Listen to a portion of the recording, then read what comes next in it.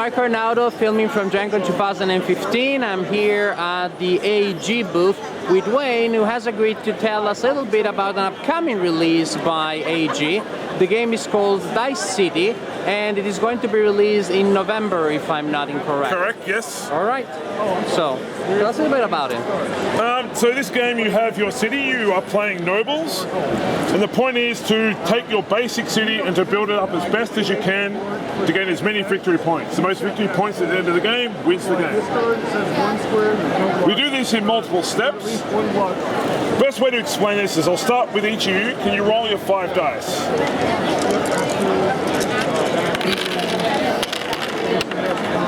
These can get allocated on the board based on the number and the colour. So find the intersection and put the dice on that location.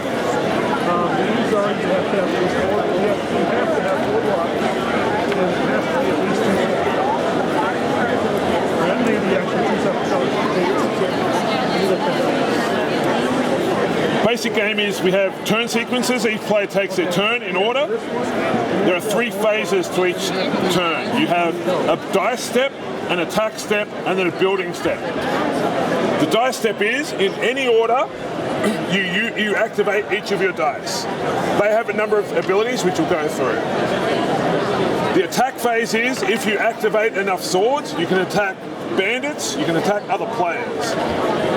In the build step, any resources you collected, you can then use to buy better locations.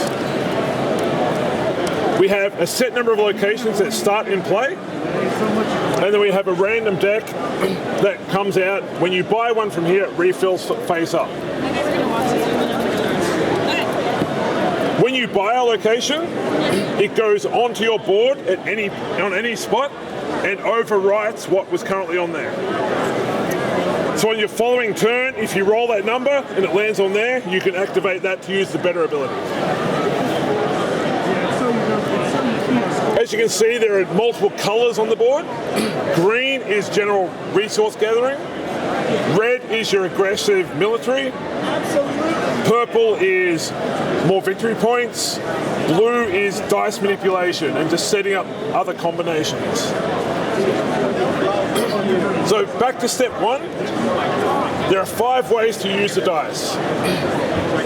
The default use is you take the dice off the board and activate the location.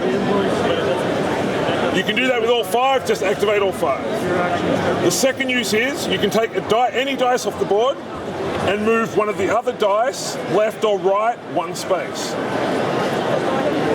So in this case, if you don't want to attack this turn, you take that off the board, but you really want stone and put that one there.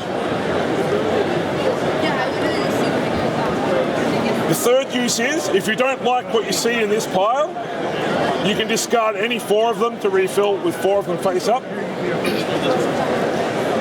The 5th use is you can collect a pass token.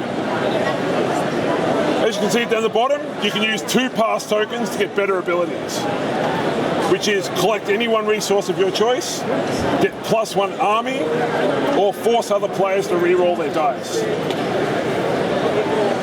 Now you can only do that action once per turn, so every second turn you could have 2 of these. You can't get 2 in the same turn. So now the attack values. As you can see, there are no resource tokens for swords. So therefore, if you collect them in a turn, you have to use them on that turn. 1 sword basically can't touch anything. You need usually 3 to hit any of the defense values. So if your dice look like this, you could activate the 3 swords, and then in the attack phase, you can aim at the bandits.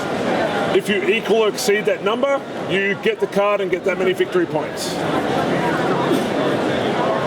As you can see, players' locations they buy also have victory points and defense. So if a player buys this, they get the victory points, but the other players can direct their armies over here, and if they beat it, they'll gain the victory points as well. The other thing attacking other players does is it actually deactivates that location. Oh, I snapped it. I agree again. So if you attacked here, you'd turn off his location, you would gain the victory points, which brings us to the final use of the dice, which is number 4. You can reactivate one of your locations. Some locations have a deactivation cost. So you have to actually deactivate it yourself to use it. And that's basically it. The normal game goes through. End condition is once all the bandits have been defeated, or when this deck runs out, or if one player has any 2 rows full of brand new locations. I honestly don't know how long that takes, so what we do for the demos is we're going through 4 turns only, and that'll be about a quarter of an hour.